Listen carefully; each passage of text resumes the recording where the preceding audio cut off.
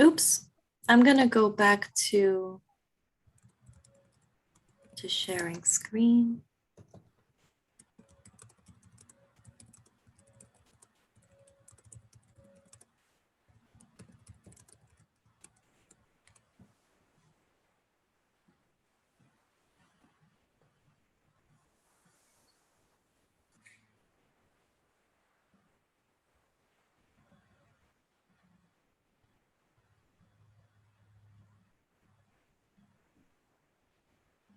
Just a few more seconds for folks to join us.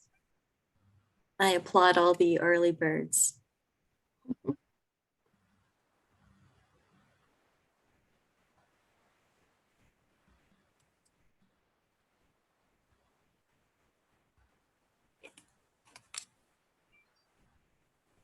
Okay, we'll get started to respect everybody's time. Welcome everyone, and thanks so much for joining today's webinar. Today we'll learn about social capital, the conceptual and methodological issues in palliative care research. Just a few housekeeping items. Attendees are muted and video cannot be turned on, but we wish for you to engage with us by sharing your thoughts in the chat and entering your questions in the Q&A feature, which is a button at the located in your Zoom toolbar. We have a fantastic panel today. Today we have Dr. Joanne Lewis, Kathryn Hooper, Dr. David Currow, Kristin Bindley, and Dr. Patricia M. Davidson. We also have Dr. Christine Ritchie representing the PCRC's Executive Committee. So I'd like to turn it over to Dr. Ritchie and have her please introduce our speakers. Thank you, Naomi, and greetings, everyone. We're just so glad to have you. And I have to tell you, I've been looking forward to this webinar for a long time. We get to hear from our august colleagues in Australia, and gratitude to them for being willing to talk to us at, it's still a complicated time of day for them. Let me just start by just giving you just a small thumbnail sketch about our discussants today. We'll start with Professor Patricia Davidson, who just recently, actually in May of 2021, joined the University of Wollongong as Vice Chancellor. Prior to her current role, some of you may be aware that she was Dean of the Johns Hopkins School of Nursing in Baltimore in the United States. In 2021, she was the recipient of the Consortium of Universities for Global Health Distinguished Leader Award. She is truly a remarkable individual from a leadership perspective. As a global leader in nursing, healthcare, and advocacy, Professor Davidson's work focuses on person-centered care delivery and the improvement of cardiovascular health outcomes for women in vulnerable populations. She's extensively studied chronic conditions, transitional care, palliative care, and the translation of a number of different innovative health initiatives across the world. And we at the PCRC are particularly grateful to Professor Davidson for her participation also on our external advisory board. Joanne Lewis is a nurse academic with research interests in palliative care and aged care, specifically in the interface with social capital, disadvantaged, compassionate communities, and health assets. In Australia and internationally, her research has extended scholarship in social capital analysis and health populations, and applying a social capital framework to approaches in palliative care, vulnerable health populations, and socioeconomic disadvantage. And I've very much enjoyed reading Joanne's publications. Kathryn Hooper is a proud Worimi and Gubby Gubby descendant, currently working as a nurse practitioner in specialist community palliative care at St. Vincent's Hospital in Brisbane. She completed her Master's of Nursing last year through Queensland University of Technology and has been engaged in rural emergency response as well as complex chronic disease and palliative care outreach throughout Queensland. She's currently studying a Master of Philosophy at the Queensland University of Technology, where she's investigating the experience of Aboriginal and Torres Strait Islanders who access palliative care. Many of you know Professor David Currow, who's been a friend of the PCRC from its inception. Professor Currow is Deputy Vice Chancellor of Health and Sustainable Futures at the University of Wollongong. He holds the Chair of Palliative Medicine at the University of Technology, Sydney, and is the co-founder of the Australian National Palliative Care Outcomes Collaborative, which was the first point-of-care national data collection for quality improvement in palliative care in the world. He's also, and many of you may be aware of this, principal investigator of the National Palliative Care Clinical Studies Collaborative, which was served as a nidus for inspiration for many of the registries, palliative care registries that have been built in the United States. Kristin Bindley is a PhD candidate and honorary clinical fellow at the University of Technology, Sydney. Possessing a background in social work and bereavement counseling, she currently coordinates the bereavement service for supportive and palliative care in Western Sydney Local Health District. Her PhD study focuses on experiences of bereaved caregivers with social welfare needs related to income support and housing. Kristin is also the bereavement consultant lead for Palliative Care Social Work Australia. So you can see we have an amazing group of panelists here tonight, and we are so eager to learn from all of you. And I'll turn it over to Professor Davidson. Thanks so much, Christine. It's such a pleasure to be with you all, and I see some of my friends who are participants, so that's very exciting, particularly in Thanksgiving week that I can get to touch base. Today we're going to talk about social capital, and we're really going to sort of dig into some of the conceptual and methodological issues.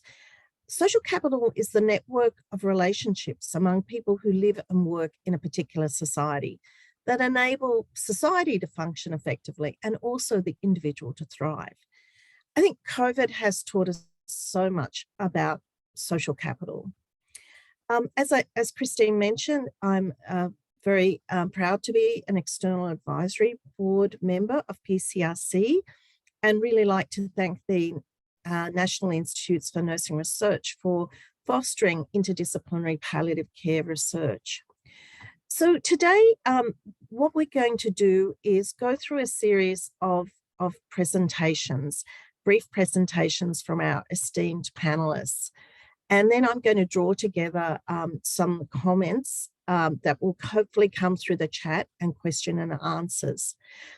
We also really today want you to understand a little bit about our country and a little bit about palliative care in Australia. And as Dr. Ritchie mentioned, in many ways, Australia has, led the world through exceptional leaders like Professor Currow, but also about really enabled by our health and social system, which is not perfect, but is certainly enabling of palliative care.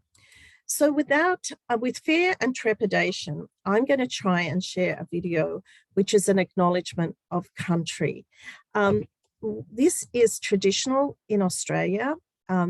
At every meeting where we recognise the traditional owners of the land, I do this with deference to Kathryn Hooper, who is a proud Aboriginal woman.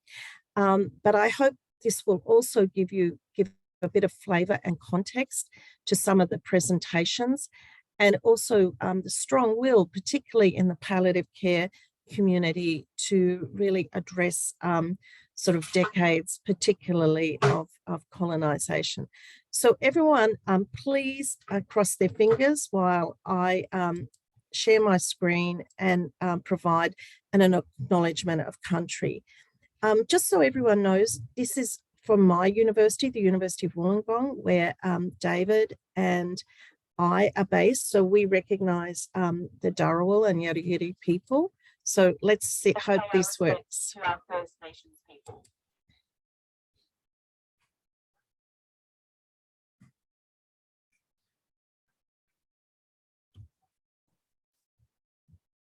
Dr. Davidson, we can't hear it. Can't hear it. Let me.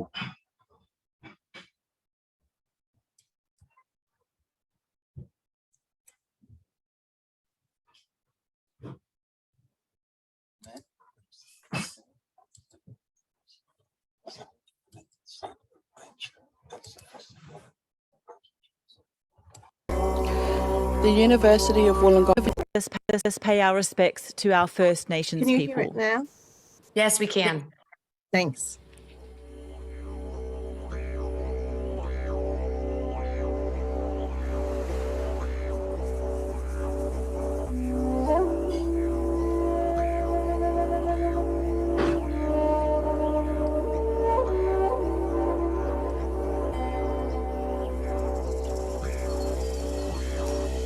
we acknowledge that country for Aboriginal peoples is an interconnected set of ancient and sophisticated relationships. The University of Wollongong spreads across many interrelated Aboriginal countries that are bound by their sacred landscape, an intimate relationship with that landscape since creation. From Sydney to the Southern Highlands to the South Coast. From freshwater to bitter water to salt. From city to urban to rural.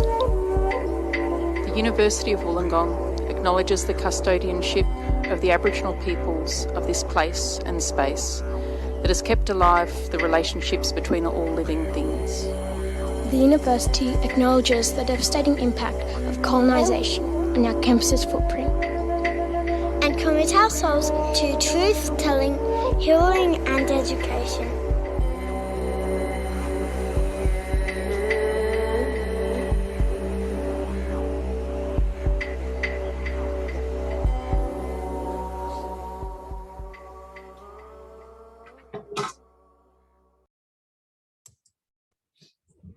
So thanks so much for your patience with my technical assistant.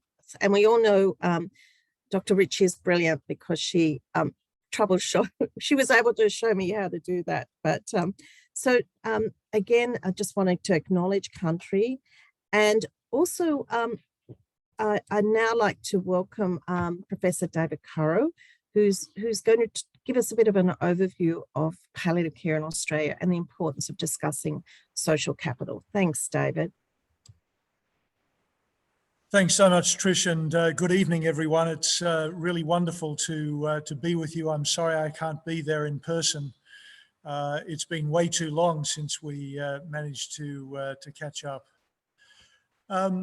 Social capital in palliative care really sits within a far broader context, and Trish asked me tonight to focus on that broader context before we hear from Jo, Kathryn and Kristin. So we, like the United States, are a federation of states and territories with a federal government, state and territory governments and local governments. And that has a direct and very real impact on the health system in which we live and work. It has a very real impact also on how we tap into social capital, as we'll see. So rather like the United States, it's complex, is the short answer in terms of who funds health and how the health system is structured. Our federal government, by constitution, is responsible for essentially the health of the country. However, devolved to the states and territories is the responsibility of funding public hospitals. So we have universal insurance within Australia. We have a very strong primary care focus. And unlike the United States, primary care in Australia are the gatekeepers to specialist care. I can't just go and see a gastroenterologist. I would have to see my family physician and get a referral as a result of that. State and territories run public hospitals, which are really responsible for the majority of inpatient healthcare across the country, but they're also responsible for preventative health and for health promotion. Local governments have little to play, although they do provide some domiciliary support services. One of the biggest differences between our health systems is we genuinely, particularly at some state levels, have a health system. It is really run as a single system. But secondly, we have this very interesting contrast to the United States. Our private hospitals are genuinely different from the hospitals that you know and work in. Here, private hospitals, which account for more than 50% of all cancer surgery done in the country, have as their client the health practitioner. And so that really shifts the challenges of providing care substantially, particularly palliative care. So the people, strangely enough, who are most likely to miss out on palliative care are at both ends of the socioeconomic spectrum. Those with the highest level of insurance from national data are likely to be referred to palliative care much later and have longer hospital stays. And so unlike salaried staff or staff on a fee-for-service basis, private hospitals in Australia really have as their client the health practitioner who brings patients to them. In terms of funding, there is universal insurance. That national insurance can be augmented with retail products, particularly for hospital-based care.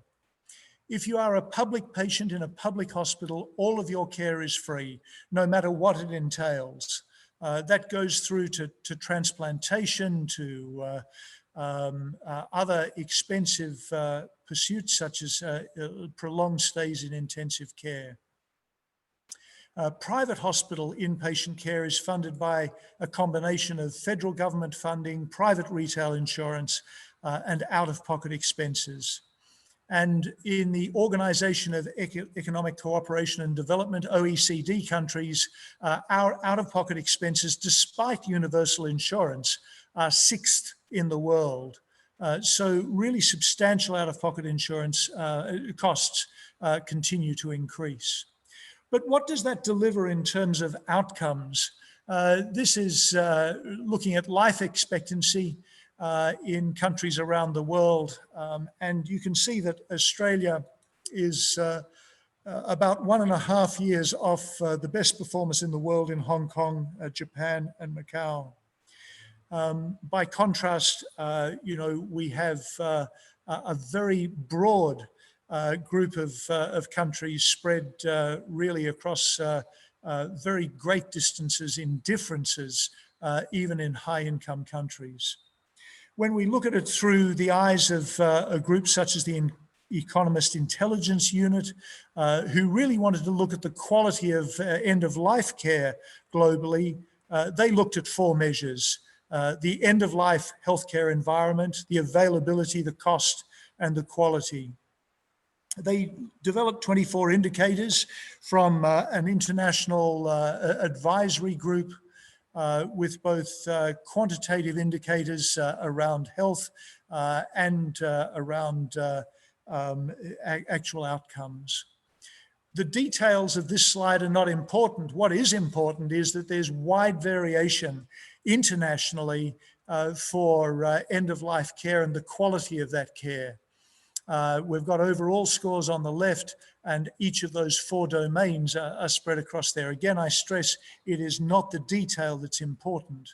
But what we do have from The Economist's most recent publication is that Australia does incredibly well. And, however one sees those data, it is important for us to realize that there is wide variation, but that a country such as Australia has put significant effort over the last 30 years with national policy endorsed by all states and territories in the year 2000 and refreshed in the year 2010, with each state and territory now having some form of strategy or policy now in place, and increasing funding given the pressures on the health system. As such, as we think about social capital, a key challenge for us is how do we move each of these graphs for each jurisdiction, each country to the right to improve the quality of care that we offer. And much of that care, given that in the last year of life, more than 94% of all care will be in the community, we have the challenge of tapping into social capital. When we look at that by way of gross domestic product and our availability of resource, that relationship is very clear in this publication from The Economist. And it is clear that our investments in end-of-life care are broadly reflective of our gross domestic product and therefore should, in all reality, deliver excellent care given the patient population that we serve. I'm going to leave it there, Trish, but by way of background, we have a health system with some similarities, some real contrasts, and end-of-life care that continues to offer some extraordinary opportunity for improvement. So thanks so much, David. I thought it would be really useful to contextualize the system level factors before we go into a deeper dive into discussion of social capital.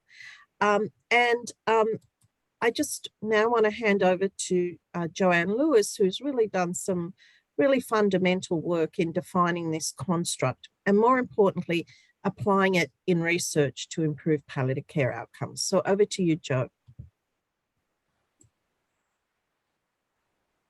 And sorry, just while Jo's getting her slides up, please put questions or in the Q&A, and we will do our best to answer them. Thank you.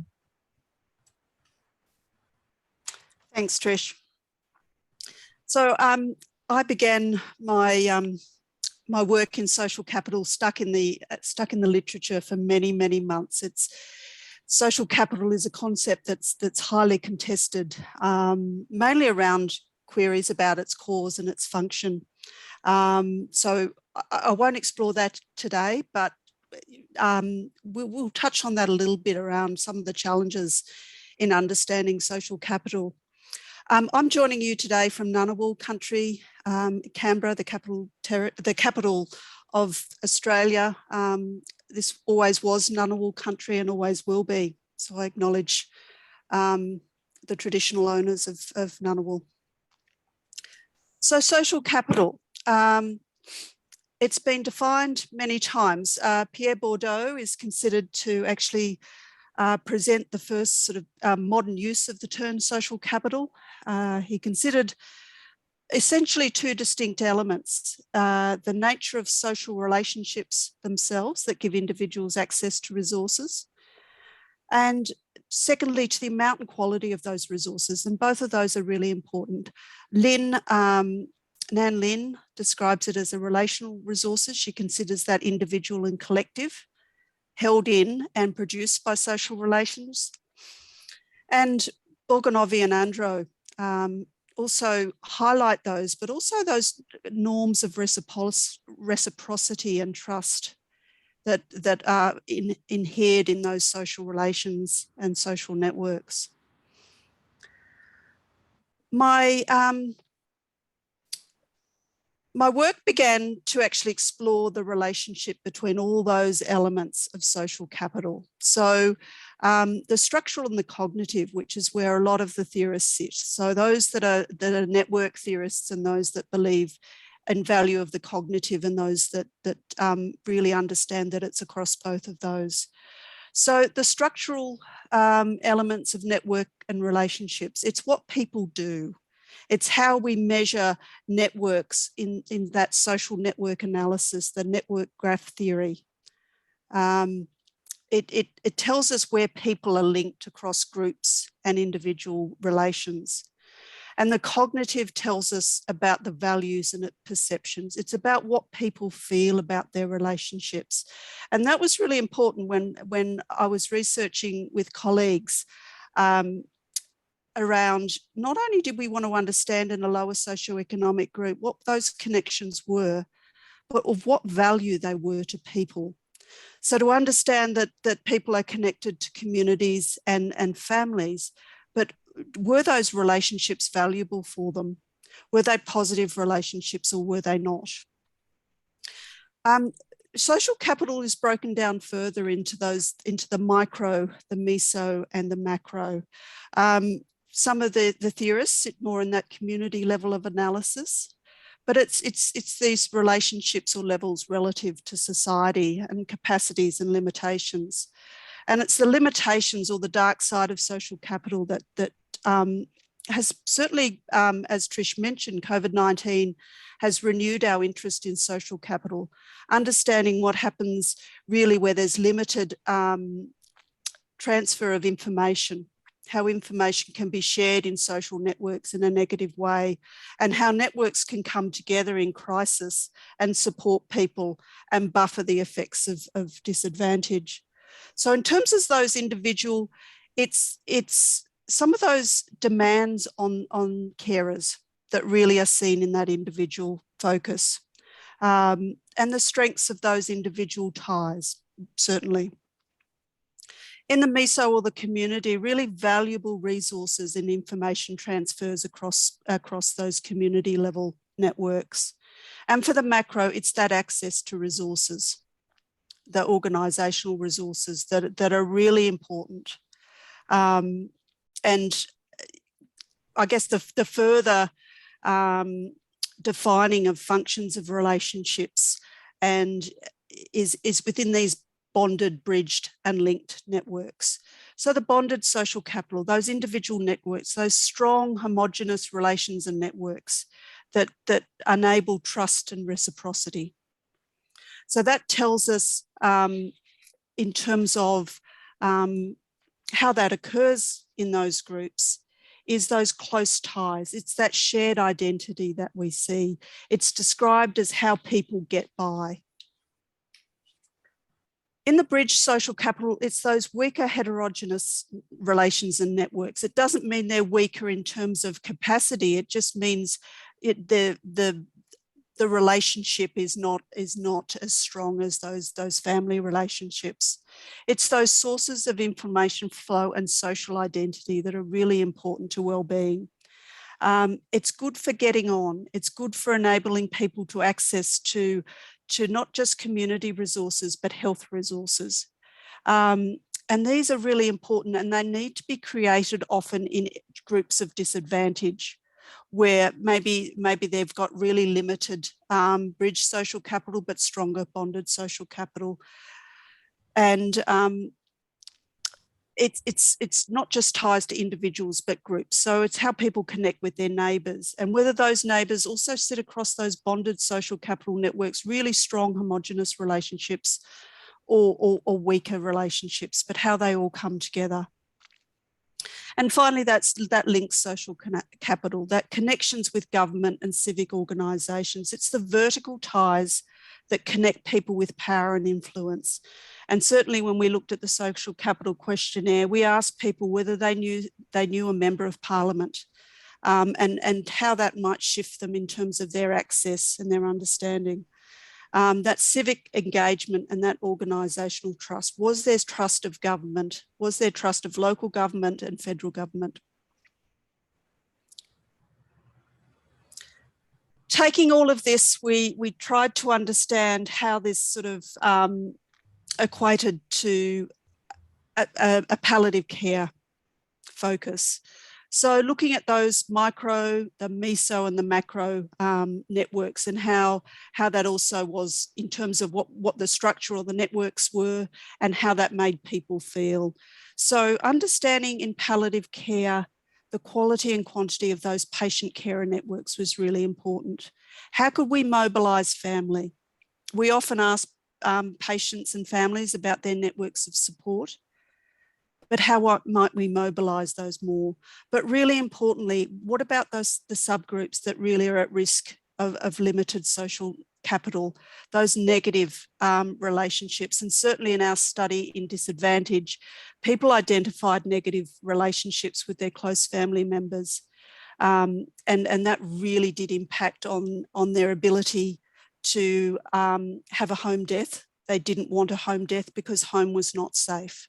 And we've certainly seen that come out in the COVID literature around people being isolated at home and finding that not a safe place. So understanding the values, levels of trust, motivation for social engagement, whether that was limited because those ties those ties, those families were very enmeshed. In terms of the intra and inter-community networks, referrals to palliative care services, support possible in those networks beyond immediate family, and how that could be enabled with community groups and respite services. How we would engage partnerships with those inter-community networks, broker support for engagement, this observation that that people really needed to be linked in. And I'm showing the dating of this data that I've referred to internet and web-based groups. Clearly we've moved on, and that's the social network space, which is greater since 2013. And of course, those linkages to governments and institutions. Those peak palliative care providers and how we understand partnerships across those, the collaboration with those, and how we broker reliable resources from government organisations. And that's about the levels of trust and support for social networks and relations. So why is social capital important? And certainly a lot of this was identified in some of the work we did. I mean, we understand absolutely that death and dying are social entities. They absolutely are. People die in the context of their families and their communities and the networks that they need to enhance their well-being, the organisational support, the financial support. Needs and capacities are understood in those social contexts, and we certainly were unable to uncover some of those within those social networks that, had we not used a social capital framework, it wouldn't have been the rich data that we saw. Social networks enhance, sustain or limit care and wellbeing. Absolutely, and I've alluded to some of that in terms of what is home, what is relationship, what is belonging, and what is safety. And of course, caring and dying, we know, are very socially isolating. People lose their networks as carers. They lose their networks as they become unwell. They're unable to engage with neighbours, and they're unable to. They often describe a social death where people distance themselves from them because they have a terminal illness. And importantly, it wasn't just about who people connected to, it was the value of those social relationships, and they're very underreported in palliative care. We describe families of support, but we don't often describe families and networks of support as being negative, and how we manage that. And of course, certainly in the area in which the research was done, an area of significant disadvantage, there were certainly disparities in social networks and relationships, people who weren't able to connect with organisations because of limits of health literacy, family members, levels of family violence, and how that was further exacerbated by illness and caregiving. And finally, I thought I might just look at an initiative that we're doing here in Canberra called Sunny Street. Now, this had its beginnings in the Sunshine Coast in Queensland. So a doctor and a nurse who decided that that they needed to consider the needs more broadly of people in the community with chronic and complex health needs and palliative care needs. So they set up a mobile outreach service.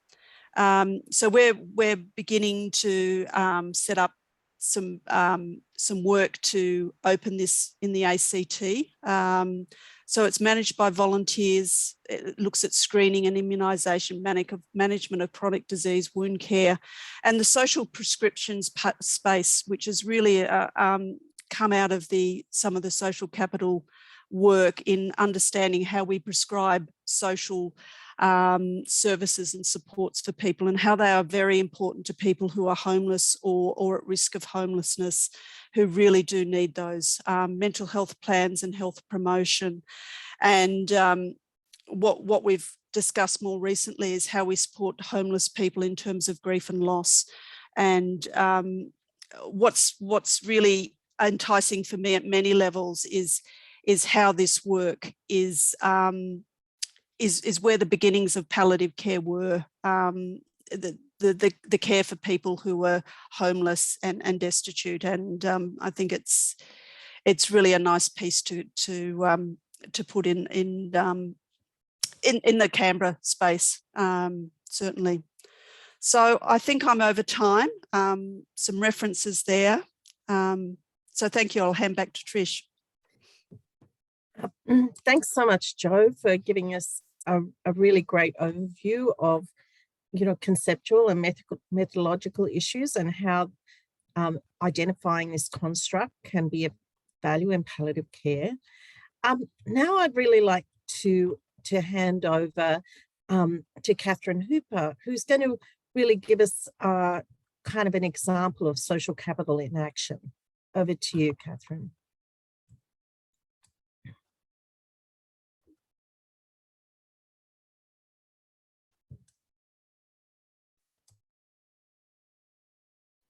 Kathryn, I think you're on mute.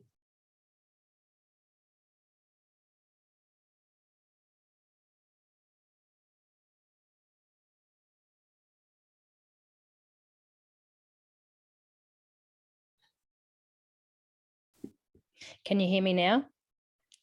We can. Thank you. Thank you so much for your patience. I'm coming to you today on Yagara and Turrbal country, which is in Brisbane in Queensland, Australia. So I really wanted to share with you today this presentation, which has a specific focus on the matters and the healing for Aboriginal and Torres Strait Islander people in palliative care. And this obviously is my specialty area of practice. Kathryn, can you just put your slides on screen show? Yeah, sure. Sorry. No worries. No worries.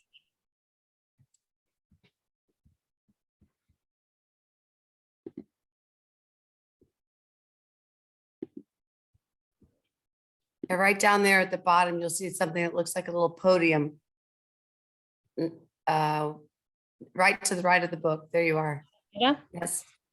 Thank you so much. So this presentation has a specific focus on matters and healing for Aboriginal and Torres Strait Islander people in palliative care. And this obviously is my specialty area of practice. I feel that social capital in palliative care in this context is particularly of interest, given the social and cultural marginalisation arising from past injustices associated with colonisation, and the implications of psychological research linking experiences of marginalisation and trauma, early life and adverse life experiences that are often unresolved and manifest at the end of life. Aboriginal and Torres Strait Islander communities, through their own approaches and drawing on the strength of their cultures and their critical reflection in social capital in action. In palliative care context, Aboriginal and Torres Strait Islander cultures are collectivists. They're emphasising relationships and interconnectedness between community members and shared obligations to each other. There are concepts of respect, cultural obligation, and they are all in common. The focus on connectedness is reflected in Aboriginal and Torres Strait Islander wellbeing models. I really love this quote. We are like the tree standing in the middle of a bushfire, sweeping through the leaves and scorched, and the tough bark is scarred and burnt. But inside there is often a flowing and nature under the ground, and there are roots that are still strong. And like the tree, we have flames. The second slide here, I really wanted to explain to you the differences and really bring you back to that connection of the social differences that exist between our communities before we start today. So on the left, we have a photo that may indicate something from like Thailand, Hong Kong, those sorts of areas where, traffic, for instance, as an example, can be quite skewed. There can be stuff going on everywhere, direction. On the right, we can see maybe from a Western lens that there is traffic that is controlled in a direction that requires rules and regulations, that people are respectful of these. And in the middle, a stark difference of what transport may exist in other cultures as well. So bringing this back to today's presentation, just really emphasising the differences across our social differences. I love this quote from Brough and colleagues in a study of social capital. I really love the fact that it is important to note the connection has multiple layers of social reality that coexist, are interrelated. And in a palliative care setting, we need then to consider equality, the perceptions of health and the well-being and individual goals of care that may vary throughout each disease trajectory. And for our Aboriginal and Torres Strait Islander patients, there is often additional layers of loss and of grief. And these layers are often associated with dislocation. And that often is represented in psychological and social, economic, cultural, and spiritual integrations. There's tones of exclusion, of suppression, disempowerment from generation to generation. And this isolation and powerlessness can manifest in our care encounters when patients are at their most vulnerable. And often in a palliative care context, what I see in practice is that we often, will often go to things like terminal sedation in response to these types of differences, rather than actually assessing and realizing that there are complexities and differences in identity. So where do we start? There is a change in the negative discourse and we need to facilitate the creation of healing environments. And in our wider society, we need to really work on the negative discourse that seems to impact on the well-being of our individuals, our families, and their communities. As Herman says, recovery requires that remembrance and mourning. There really is that new experience of democratic countries across our nations. And it's really about restoring that lens of social community and creating that sense of truth, realizing that sense of suffering and acknowledging that traumatization of individuals across our nations and the need to remember and atone our wrongs in order, to avoid reliving them.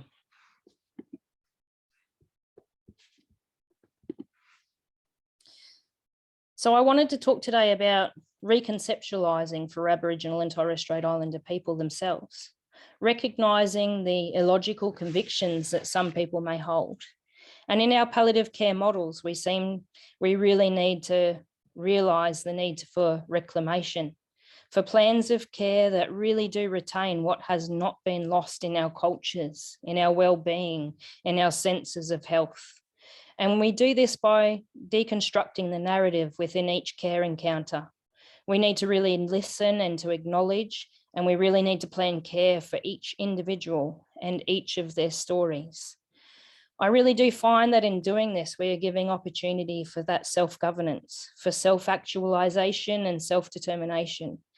And through these collaborative approaches, there is opportunity to build solutions to problems that are created from each person and each of their individual experiences that we need to acknowledge at the end of life. Often patients will need to make meaning and they will need to detach from where they are at, and they need to address trauma. They need to redress that neglect.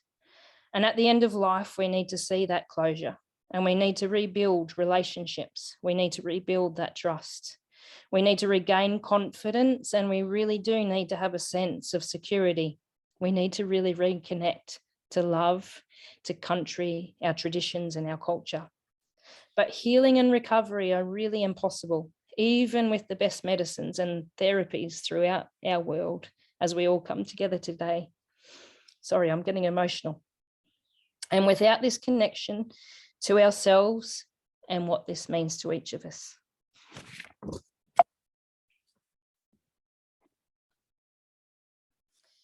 So for our Aboriginal and Torres Strait Islanders, there is significance of connecting to our culture. For our family and our communities, of part of culturally appropriate treatment and care to promote that well-being and that healing at the end of life. There's that connection that can be sustaining. It can create those social bonds between individual and communities. It can create that connectedness. It gives a sense of self, of worth, of humanity, of protection and grounding. Even in the strongest antidotes to traumatic experience that we manifest, that we see manifest at the end of life. Much of the research currently really does explore the importance of connection and the relationality to social capital. And much of the literature really does explore how disconnection isolates, and yet how connection really does recreate a sense of belonging. How disconnection shames and stigmatizes, and yet connection bears witness and reaffirms. Disconnection really degrades, and yet connection really exalts. Disconnection really does dehumanize, and yet connection really does restore humanity. We need to come together to reduce that stigma, that discrimination. We really need to give hope. We need to learn from life and distress. We really need to have an opportunity to grow and to teach others. We need to form a community and a society that acts to reduce the stigma of the discrimination. We need to give hope. We need to learn from our life that has been lived and the associated distresses, with opportunities to grow from each other and from our histories. We need to grab that human-to-human connection, and we need to face those challenges together. And we need to form a change in the optimism that we can do things differently and we can overcome the diversity and adversity. The concept of social and emotional well-being and healing at the end of life is used to reflect Aboriginal and Torres Strait Islander perspectives. That well-being for us includes that sense of individual, interpersonal and community elements, as well as the consideration of the broader social context. The word healing for us at the end of life is not used to invoke an oversimplified medical model of cure and treatment. It really does extend to include the historical trauma and the violence that has been inflicted through that colonisation process, that racism and that oppression, and the impact on each person individually and collectively, and the importance of actively really addressing these issues together through social capital. The concept of well-being and healing are tied to culture, with Indigenous perspectives of well-being and healing reflected through constant holistic worldviews, which are about forming connections between the physical, the social, the culture, the kin, the community, the emotional, the individual and collective well-being. There are key themes within all of the literature that suggest that cultural wounds really do require that cultural medicine.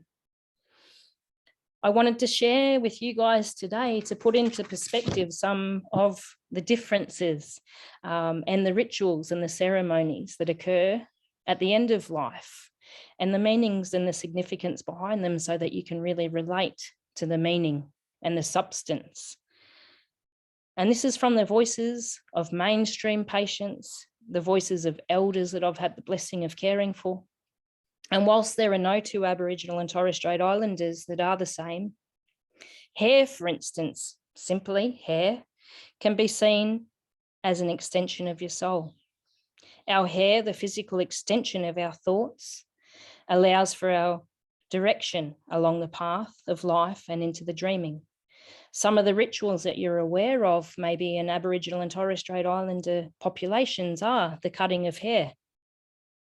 The significance behind this are that all people on earth are thought to have cultural tales, yes, that guide the beings. They set examples. Without tails, if you look at it, birds could not fly, and fish, they could not swim. Animals would be without balance. Depicting the power of hair, thought, telling of the truth and the fears and wrongdoings of strength of men and women that exist in our ancestral beings. The cutting of hair for us really signifies oppression. It can be seen as representing submission and defeat, maybe, or it can be seen as a struggle of the powerlessness in our most vulnerable moments.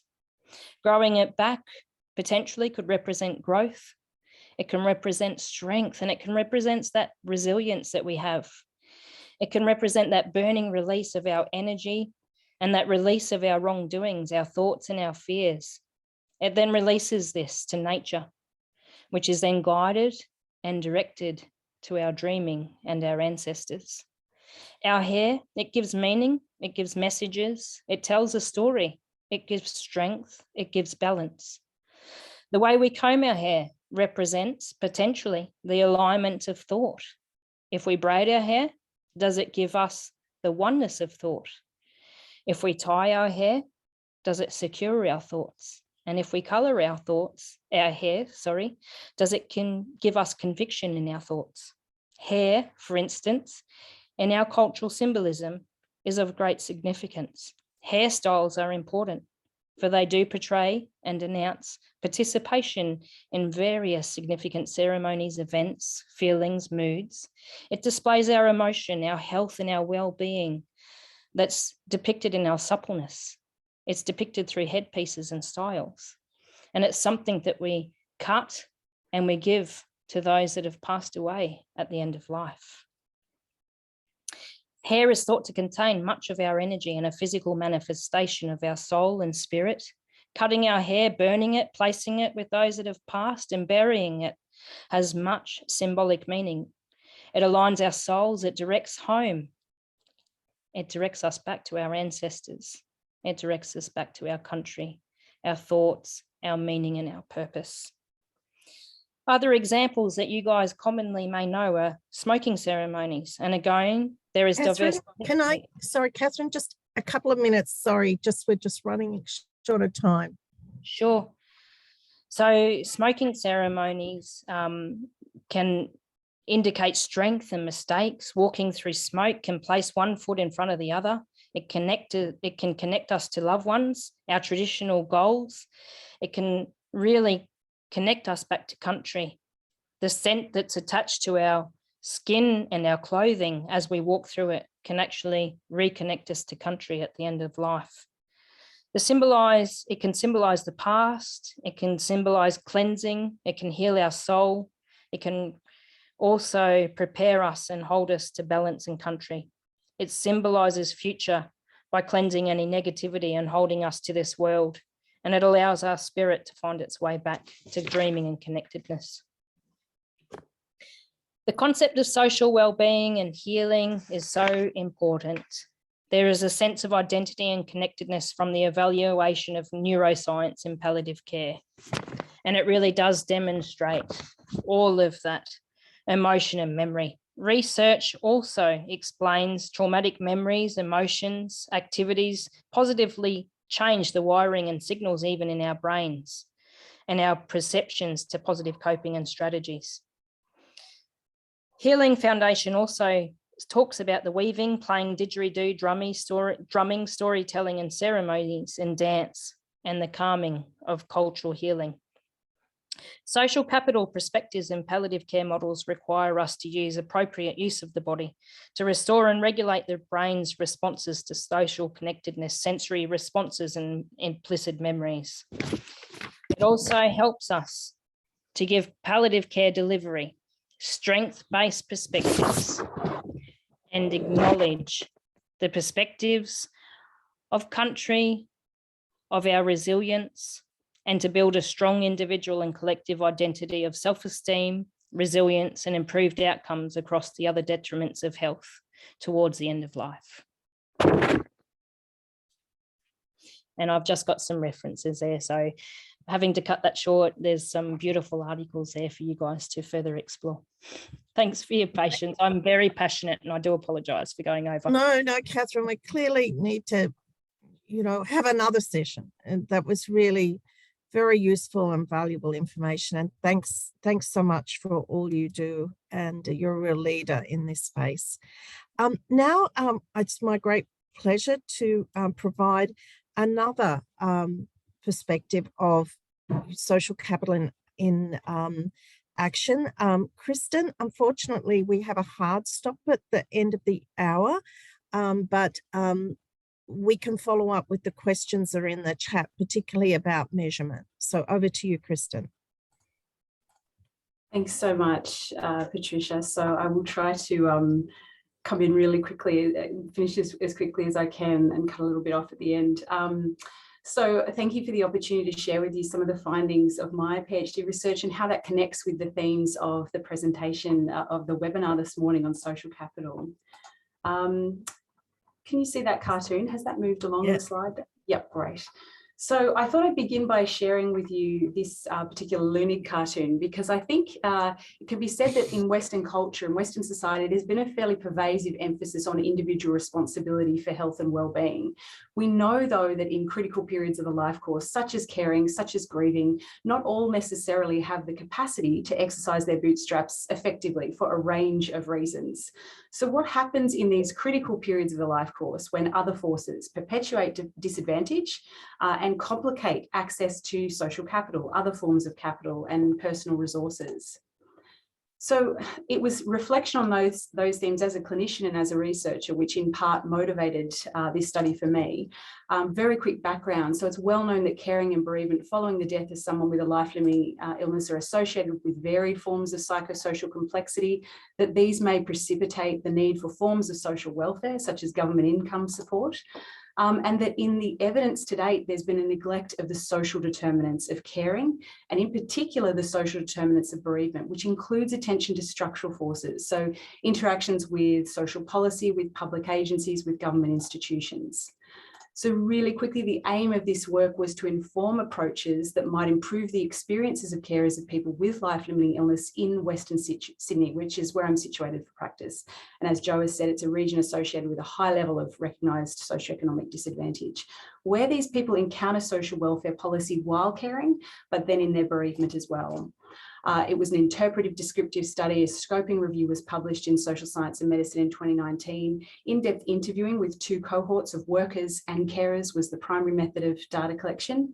And intersectionality-based policy analysis, the framework for that was used to integrate the research findings.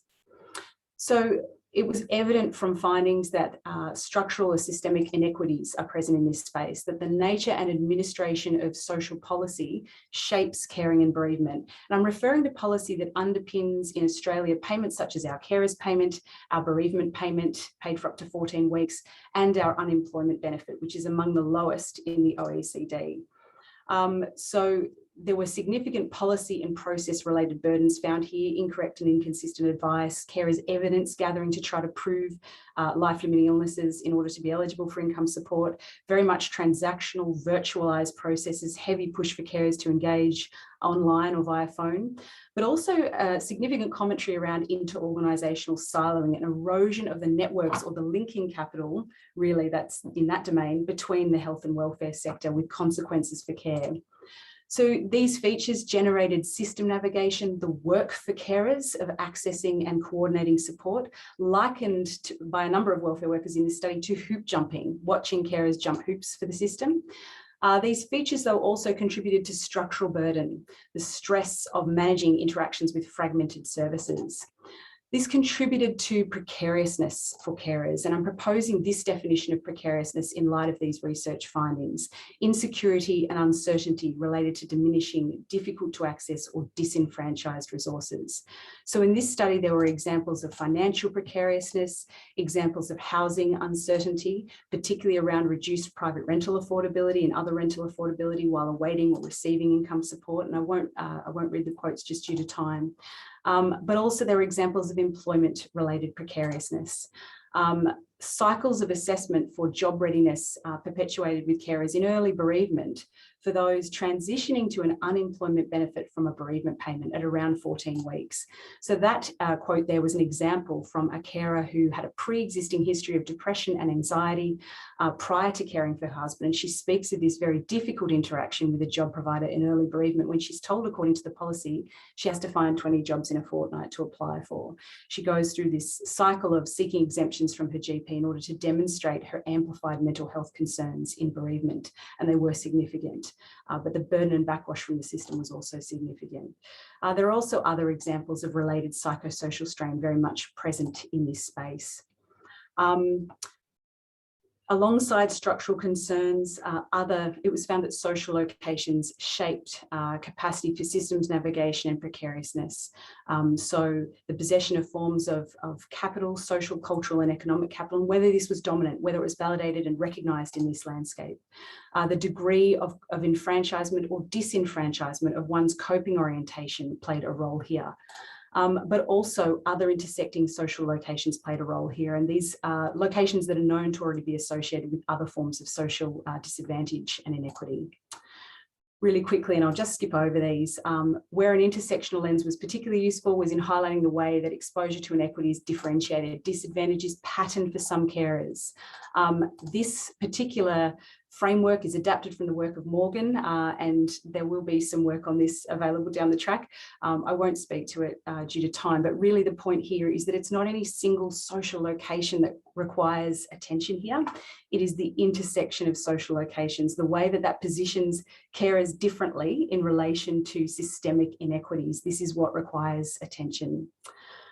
So to wrap up really quickly, oh, that stopped turning. Okay. A number of recommendations were identified. There is a real need to attend to the upstream, the root causes of disadvantage, and not simply the low-hanging fruit downstream in the clinical or practice encounter, which is great and important, but we need to attend to upstream strategies alongside that. And there is value, however, in cultivating structural competency downstream in the clinical or practice encounter. And a need for researchers as well as clinicians to lend their voices upstream in terms of the practice of discretion and advocacy. And I'll leave that quote with you. It's a call to really attend to the more systemic helping interventions and not to default to the individual helping encounter as clinicians and as researchers. There are a couple of published papers on research findings and another one in press for those who might be interested, and that will give a little more detail. Thanks. Sorry, Patricia. No, Kristin, you're amazing. I'm impressed. Well, look, I know we're at the top of the hour, and I'm going to hand over to Naomi, but I'm hoping that you'll be able to listen to the recording again, see some of the references, and also, colleagues, just to recognise there's all these amazing people the other side of the world who share similar passions and interests, and I'm sure would be very happy to collaborate. So thanks so much, everybody. Thanks, Dr. Ritchie, for the opportunity, and back to you, Naomi. Thank you so much for such an engaging conversation with such a wonderful panel. And I wish we only had more time. Please do send any questions to us through our email. There's also a post-evaluation coming up where you can type in additional questions there, and we'll be sure to route them back to our speakers today. And please join us for future webinars in the Investigator Development Series. In a couple weeks, we have Dr. Matthew DeCamp, Dr. Ramona Rhodes, and Jasmine Lopez presenting on engaging diverse communities in palliative care research, why and how. Thank you so much, everyone, for tuning in today, and have a great rest of your holiday break. Thank you. Happy Thanksgiving to everybody. Happy Thanksgiving. Thank you Thanks, so much. everyone. Take care. Bye. Really appreciate it.